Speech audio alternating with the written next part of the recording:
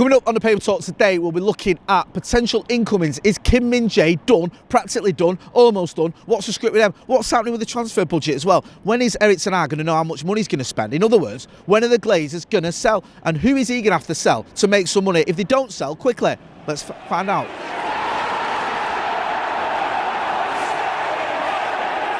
Jay here from Stretford, Paddock. This is the Paper Talk. As you can see, I'm outside Old Trafford and the weather is pretty warm. It's not Parker weather today here in sunny Manchester. Loads of stories to get through, so we'll crack on.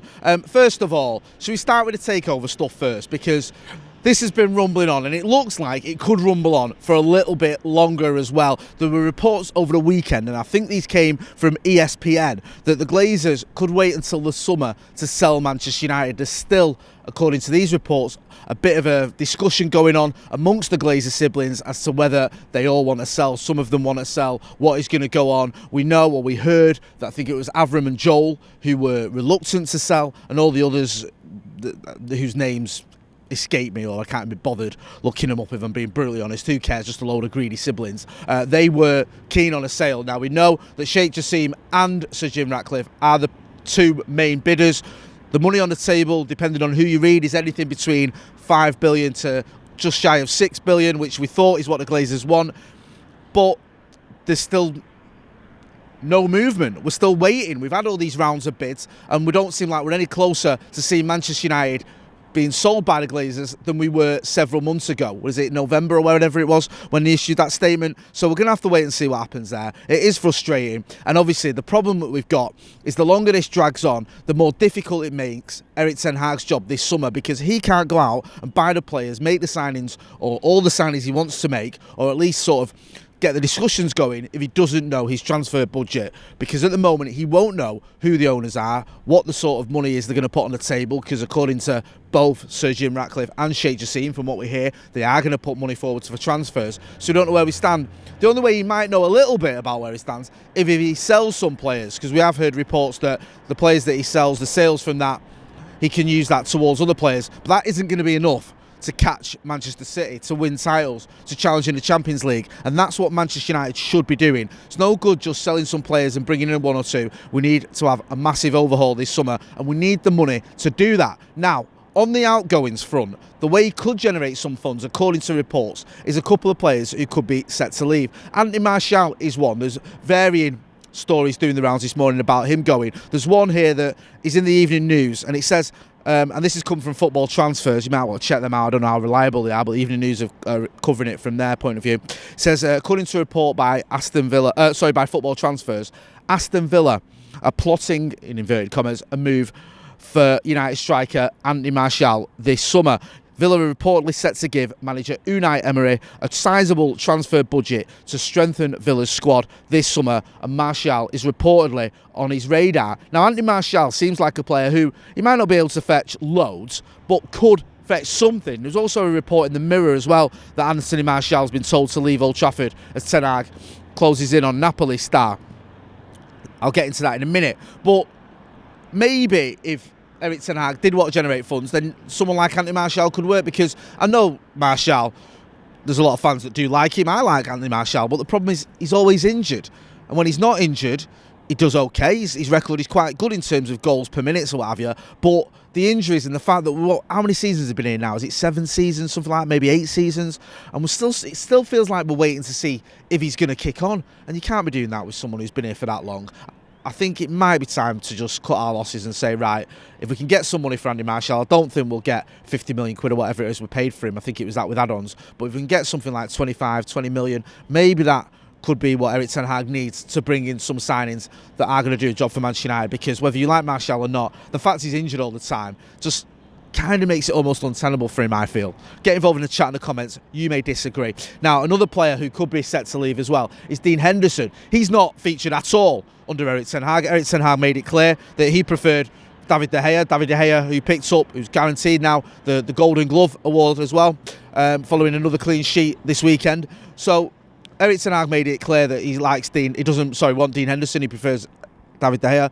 Dean Henderson went to Nottingham Forest in the summer, and it looks like they could be set to make that permanent deal. There's a report here in the Telegraph, and it says that Nottingham Forest are going to pursue a permanent deal for Dean Henderson. Now that should generate some funds. Again, I don't know how much. You might disagree. I think anything between sort of 15 to 25 million if we're being ambitious. Probably not that high, but something around that mark. He is still a young, talented English goalkeeper as well. There's always an English tax on these signings as well. So maybe there's a bit of money to be made from selling the likes of Dean Henderson and Andy Martial, and I'd imagine one or two others. We don't need to go through them all. We know that probably Harry Maguire, Alex Telles, Eric Bailly, all these players, Brandon Williams, could be on a move as well. So there's some signings that are outgoing or some sales. One player that looks like he's coming in is Kim Min Jae. Loads of reports lately that this deal is almost done, practically done, however you want to word it.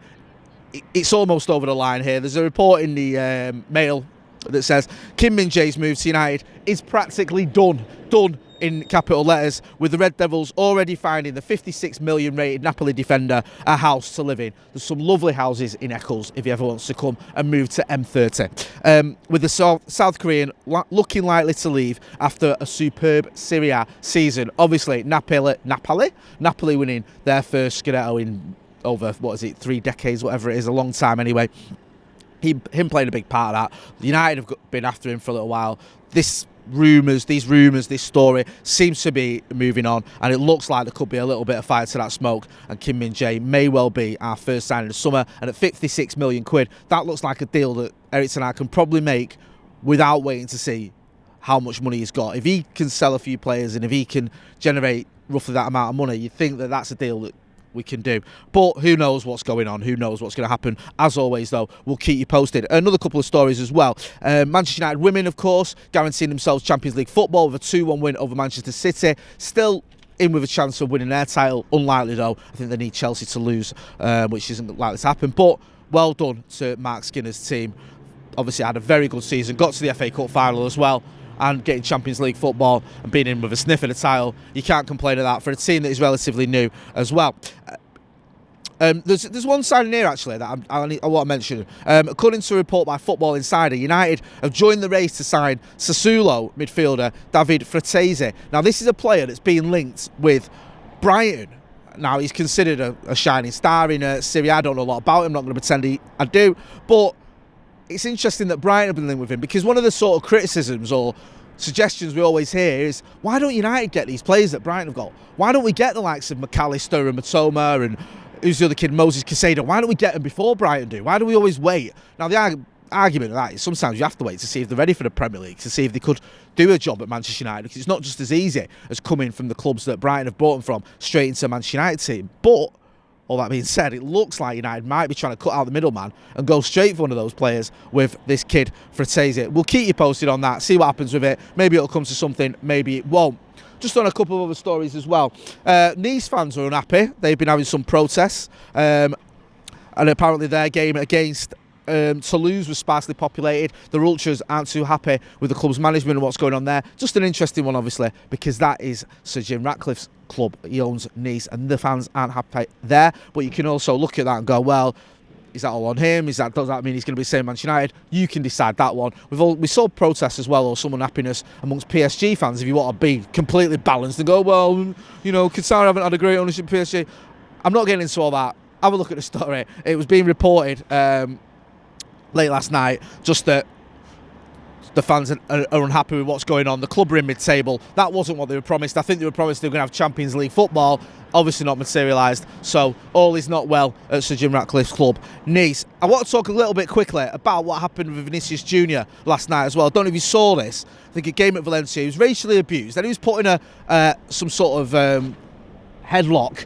And then he was sent off because he retaliated. Just disgraceful scenes what happened there. Spanish football obviously has an issue with racism. Before you get into it, I'm not going to say that English football doesn't. If anyone who follows me knows I always speak out about racism wherever it is. I'm not saying it doesn't, but what is going on in Spain is beyond the pale. He's been getting abused a lot this season. Carlo Ancelotti spoke out about it. Vinicius Jr. did a great post on his Instagram saying that, look at this, look what's going on in this country, and this is the country of Ronaldinho and the sort of the league of the likes of Ronaldinho and Ronaldo and all this, and it's not good enough. So have a look at that. Yeah, absolutely disgraceful scenes and really disappointing. It's something that the Spanish authorities need to get a grip on, because they're going to lose players, because players aren't going to want to go and play in front of crowds that are racially abusing either them or their teammates. It's just not a good look whatsoever. Pep Guardiola has obviously lifted another title. Manchester City winning their 5th title in 6 years. They're also on for the Champions League, and they're in the FA Cup final, of course, so they could win the treble, although I'm still backing the boys to put the kibosh on that one. It's just interesting because the old debate keeps coming up now, doesn't it? Who's the greatest? Who's the greatest? Is it Pep Guardiola? Is it Sir Alex Ferguson? Who's the GOAT? Now, that's a worthwhile debate. You can have a debate about who is the best manager. Is it Sir Alex Ferguson or is it Pep Guardiola? I'm always going to go with the manager that built teams from scratch rather than just inheriting good teams. And if you're wondering who I'm talking about that, I'm talking about Sir Alex Ferguson. But when people talk about the greatest manager of all time, part of me thinks, well, I don't even know if it is Sir Alex Ferguson or Pep Guardiola. So Matt Busby needs to be in that conversation. One of my mates made a good point on Twitter the other day, because sometimes people do make good points on Twitter. When TalkSport were talking about the GOAT or whatever, is it Pep or is it Sir Alex Ferguson, he said, why aren't people talking about Sir Matt Busby? Look at what Sir Matt Busby achieved. If you're going to talk about the greatest of all time, by the way, I know we're not talking about Premier League era, or you can still have a debate about Guardiola and Sir Alex Ferguson if you want to, but you're talking about the greatest of all time, then I think Sir Matt Busby definitely needs to be in that conversation. Look at what he did. Pep Guardiola inherited a team that had won 2 titles in the last 4 years, whatever it was. Even Sir Alex Ferguson inherited a team that had won the FA Cup 18 months ago. Matt Busby inherited a team that had been decimated by the war. We had no stadium. The stadium, he didn't just inherit a team that had been sort of affected by what had gone on. He inherited a club. We had no stadium. He had to build the club and the team from scratch. We used to play at City's ground, Main Road, when Sir Matt Busby took over. And yet he managed to win the FA Cup within 3 years. He managed to win a league title, I think it was within 6 years. Then he went on to win another 2 league titles, build one of the greatest teams ever, the Busby Babes. And then what happened? He loses them in Munich. We joined the European Cup, one of the pioneers of that, by the way. Sir Matt Busby being a pioneer. When Chelsea won the league title in 1955, they were invited to take part in the European Cup. The FA said, no, you're not. So Chelsea said, OK, we won't. When Manchester United won it in 1956, the FA said, no, you won't. So Matt Busby said, no, we will. He saw that the European Cup, which is now the Champions League, was the future. He was a true icon, a true pioneer of that competition. Manchester United obviously took part. And then we had the Munich air crash. After building a team that won back-to-back titles, was doing well in Europe, got to semi-finals in the Champions League or the European Cup as it was, he loses that team. He loses, Jeff Bent, Roger Byrne, Eddie Coleman, Duncan Edwards, Mark Jones, David Pegg, Tommy Taylor, Liam Whelan, just a great side. Tommy Taylor's goal-scoring record is ridiculous if you ever look at it. It's like Ruud van Nistelrooy levels. Duncan Edwards, many people think he would have become, and he was already on his way to becoming the greatest English player ever. There's a good chance in 1966 he would have been captaining that England side had he survived Munich. To lose that team would have just been enough for most managers. They would have walked away. Not to mention the fact that Sir Matt Busby was seriously injured himself. He even was given the last rites as he lay in a Munich hospital. To learn that his team had been almost completely wiped out must have been devastating to him. No one would have blamed him if he gave up, but he didn't. He rebuilt the team again, went on to win 2 more titles, another FA Cup, and within a decade, this is just unbelievable to me, had won the European Cup. Having lost his team within 10 years, he'd rebuilt it enough to win the European Cup with players that, like you can see behind, well, you won't be able to see behind me, but the likes of Bobby Charlton, George Best and Dennis Law helping win those league titles in that European Cup. I mean, you look at how difficult it is to win Europe's top prize. City is still trying to do it after spending all that money in, 14 years or 15 years, whatever it is, since they inherited all that money. PSG have spent almost billions trying to win the Champions League, European Cup. It's not that easy. To lose your team and be able to do it within a decade, that is phenomenal. What Matt Busby did, winning those 5 titles after losing his team as well for a big brunt of that, winning the European Cup, winning 2 FA Cups, I think he deserves to be in the conversation about the greatest of all time, because I still think there's a Manchester United Football Club, even if Sir Alex Ferguson hadn't took over. We'd be a lot poorer for it, but there'd still be one here.